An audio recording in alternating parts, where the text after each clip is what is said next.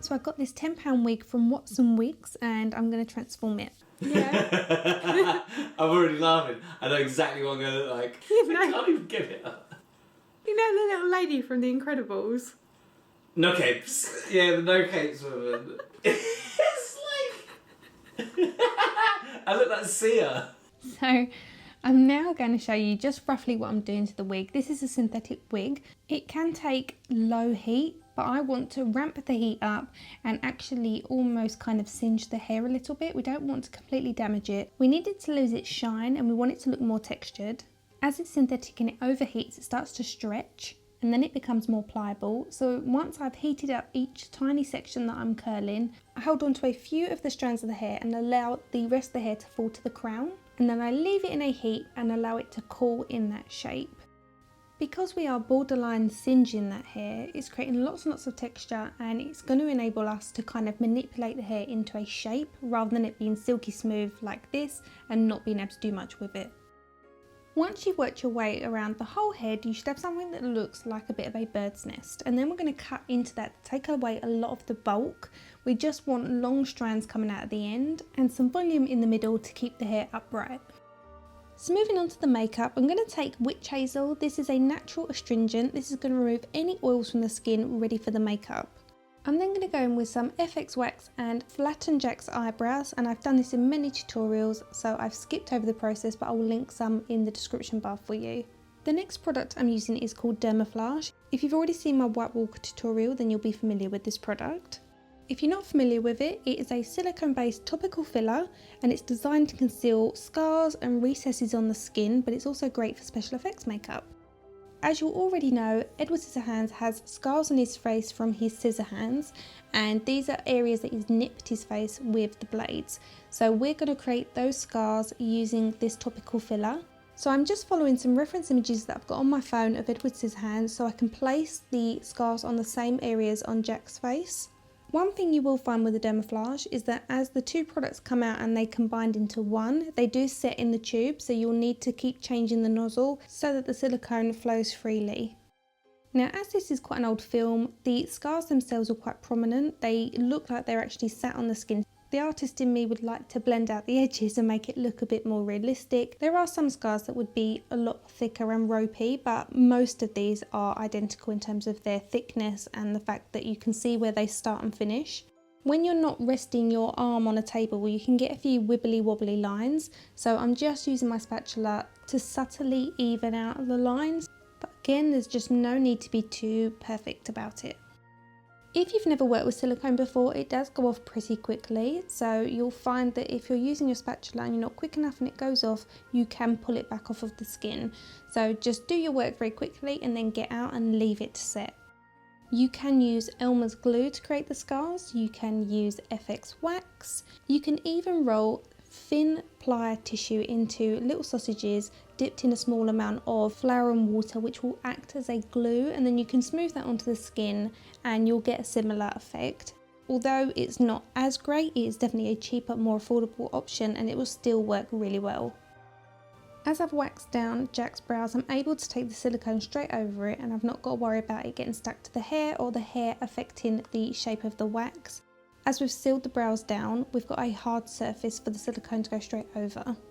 For the complexion, I'm going to use the Too Faced Born This Way concealer. I've chosen this because it has really good coverage, but you can use any foundation. We're not going for a white base, we're going for a very pale base.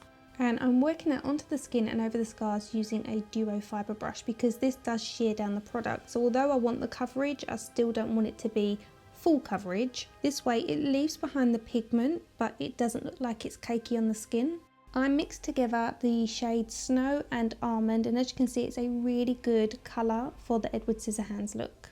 What I like about this particular product is the staying power. It's really, really good. So if this is a look you'd like to cosplay as and you need to wear it for hours, this would be a really good product for longevity.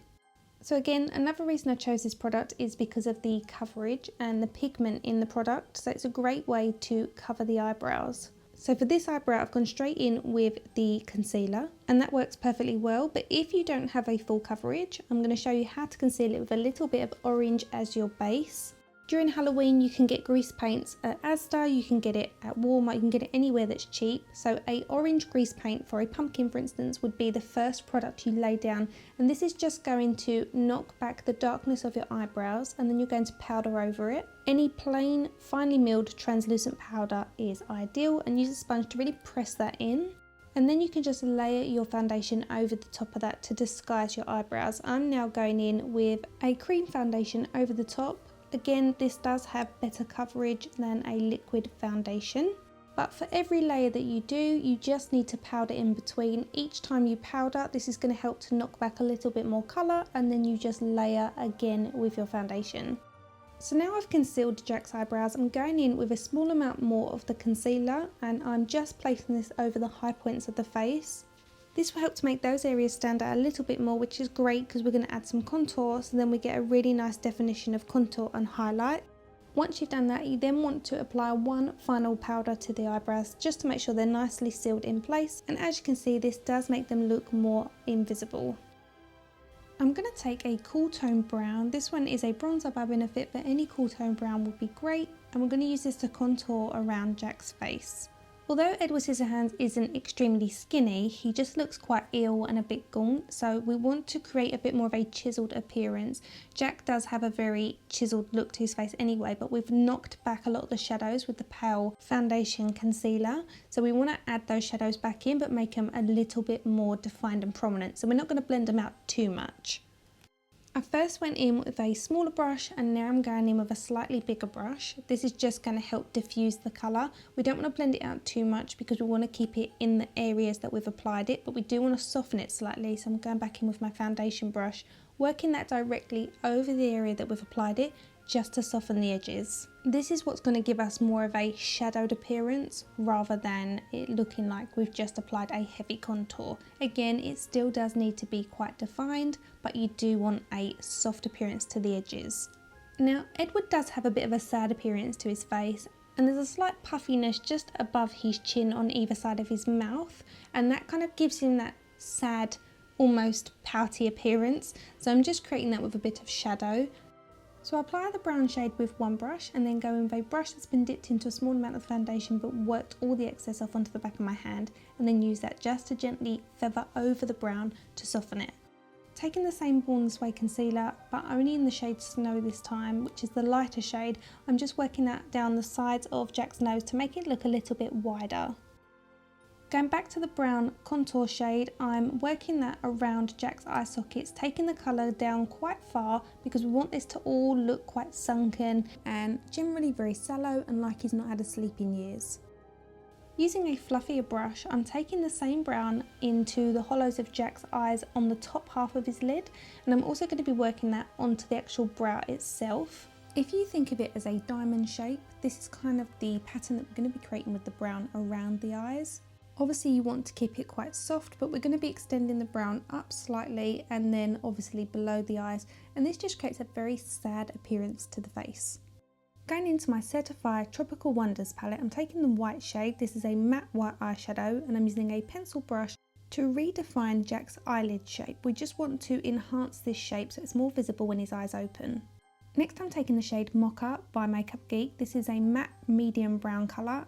Using a pointed pencil brush by MAC, I'm going along the seam of that white eyeshadow just underneath the brow and creating a darker shadow. Shading the eye socket in this area just makes that white area look a lot more defined, so we've got more of a prominent eyelid. Then I'm taking the same brown eyeshadow on a fluffy blending brush, tapping all the excess powder off, and I'm just going around the eye socket and down the sides of the nose, making sure Jack's bridge of his nose looks a little bit wider. I'm then taking the white eyeshadow directly underneath Jack's bottom eyelid, and again this just makes that area look a little bit more visible. Going back into my Tropical Wonders palette, I'm taking a small amount of the matte black eyeshadow mixed with a little bit of the matte brown mocha eyeshadow, and I'm deepening that shadow further. It's always better to apply your lighter shades first and then go in and start to deepen. If you're going with the darker shades too soon, then you could make it too dark and then you won't be able to take away that darkness. Here I'm using the very pointy tip of that brush to go along the seam of the white eyeshadow underneath those lower eyelashes. This makes the white area underneath those lower lashes look more puffy, and that's what we want. We want a more defined lid on both the top and bottom. For the lips, I'm taking the bareMinerals Bare Pro lipstick in the shade Raisin, and I'm making sure that when I apply this, I don't take it to the very outer corners of Jack's lips. Edwards Scissorhands has a very pouty looking mouth, so just make sure that you fill in the very centre of the lips, and I'm just placing that also on either side of the scars on his lower lips, but I'm making sure that I don't take it to the outer edge. And then I'm using a brush with a very small amount of the concealer that we've used over the entire face to buff over that so it doesn't look like it's lipstick, but rather that's just his natural lip colour. I'm going in with a small lip brush dipped into a small amount of the brown mocha shade, and I'm just placing this on some of the scars on one side just to create a bit of a shadow. This will give the scars more depth and make them appear like they're actually sitting on the skin. Much like the foundation does to the face, it just gives it kind of a flat appearance and you lose those shadows. So we're just going back in and putting those where we need them. I'm also placing a very small amount of white highlight to the tops of the scars. Again, this helps with that three-dimensional appearance.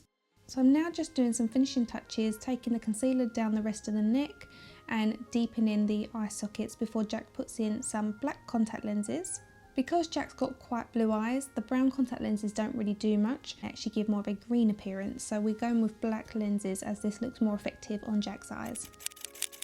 And that completes the transformation. Look how incredible the scissor hands are that Jack actually made. And I'm really pleased with how the wig turned out, considering I had no idea what I was going to do with it. I literally bought it that morning, and as you know, I never practice my looks, we just wing it on the day, so it came out really good. So we both hope you really enjoyed our Edwards Scissorhands transformation. Please let us know what you thought in the comment section below. Everything that I've used will be listed and linked in the description bar. Please subscribe if you haven't already done so. Don't forget to follow me outside of YouTube on my social handles. And stay tuned because we have some more fun Halloween looks coming your way.